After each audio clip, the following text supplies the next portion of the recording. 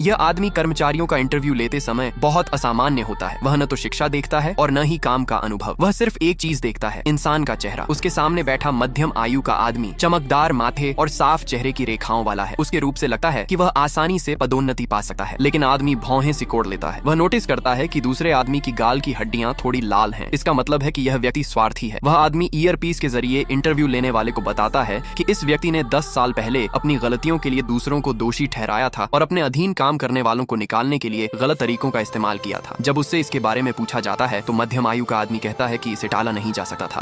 अगला उम्मीदवार एक महिला है। आदमी देखता है कि वह बहुत सक्षम है और अपनी टीम की परवाह करती है, लेकिन उसके कानों में एक समस्या है। उसके कान की लोब नुकीली है और उसके कान पीछे की ओर मुड़े हुए हैं। इससे पता चलता है कि वह छोटे छोटे फायदे उठाना पसंद करती है। आदमी महिला बॉस से उसके जेबों की जांच करने को कहता है। महिला घबरा जाती है, लेकिन फिर भी अंदर की चीजें निकालती है। वे सभी छोटे होटल के सामान होते हैं। उसने उन्हें इंटरव्यू के दौरान लिया था।